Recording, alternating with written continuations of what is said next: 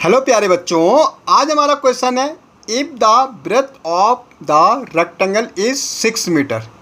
भाई एक रेक्टेंगल की जो हमें ब्रेथ दे रखी है वो कितने दे रखी है 6 metre and the rectangle and the square has equal area. भाई हमारा एक स्क्वायर और रेक्टेंगल का जो है इक्वल एरिया दे रखा। Find the parameter of the rectangle, हमें पैरामीटर निकालना किसका रेक्टेंगल का। If the length of side of the square is 12। भाई समझो दो चीज़ें हमारे पास, एक हमारे पास है स्क्वायर। स्क्वायर क्या होता है जिसकी चारों साइड इक्वल होती। एक हमारे पास है रेक्टेंगल जिसकी 2 साइड इक्वल होती। अब देखो बेटा इसकी जो हमें ब्रेथ दे रखी है वो कितनी दे रखी है 6 मीटर दे रखी।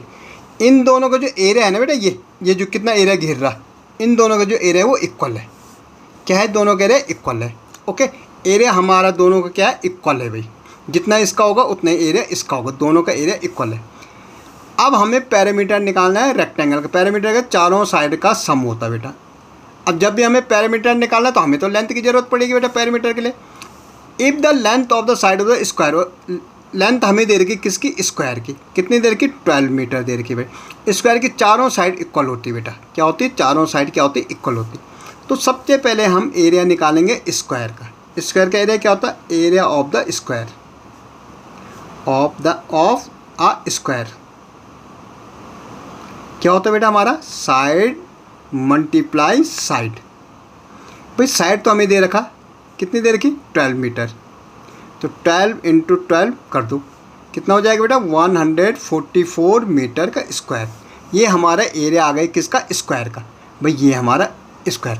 भाई रेक्टेंगल का एरिया तो सेम है, बराबर है, कह रहा है ना square rectangle and the square has equal area. तो बेटा अगर हमारा तो इसका भी तो 144 मीटर स्क्वायर आएगा, तो एरिया ऑफ द रेक्टेंगल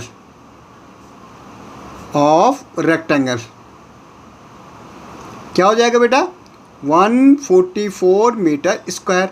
और ब्रेथ हमें दे रखी, इसकी ब्रेथ हमें कितनी दे रखी 6 मीटर।